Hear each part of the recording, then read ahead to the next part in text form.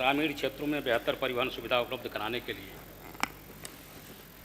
अनुपूरक पूछने का समय दिया है। माननीय अध्यक्ष जी, आज भी गांव देहात के लोगों को परिवहन निगम की बसों का बड़ा इंतजार रहता है, इसलिए कि गांव देहात के लोगों को चलने के लिए सस्ती और सुविधाजनक सुविधा सबसे अधिक परिवहन निगम की बसों से ही मिलता है। पहले तमाम क्षेत्रों में भिन्न भिन्न बाजारों से बसों के संचालन का समय फिक्स होता था और उस समय पर लोग इकट्ठा होते थे और बसों से अपने निजी कामों के लिए शहरों और तमाम कचहरी के लिए जाया करते थे।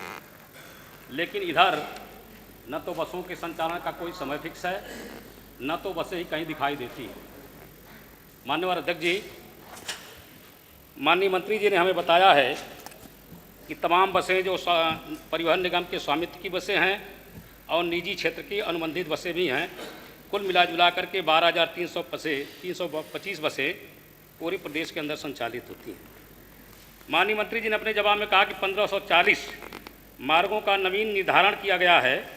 हम पूछना चाहते हैं, क्या ये नवीन निर्धारण किए गए रास्तों पर कब तक आप बस चलाएंगे? माननीय अध्यक्ष जी, एक मामला मेरे क्षेत्र का है। हमारे मुबारकपुर में 15-16 में एक बस अड्डा स्थापित किया गया। मैं एक दिन उस बस अड्डे पर गया था। करोड़ों की संपत्ति से वो तैयार किया गया है और सारी सुविधाएं वहाँ उपलब्ध हैं।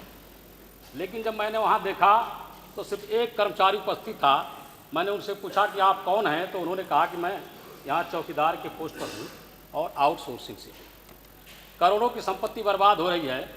मैंने पूछा कब बसों का आना जाना रहता है, तो पता चला एक सप्ताह पहले एक बस बनारस गई थी और आज तक लौटी नहीं है।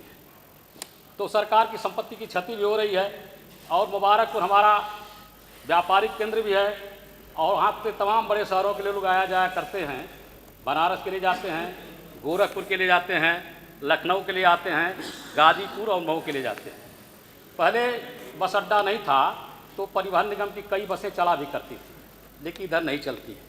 तो माननीय मंत्री जी से हम कहना चाहते हैं, पूछना चाहते हैं, क्या इन शहरों के लिए मुबारकपुर के बस अड्डे को कुछ बसें आप देंगे?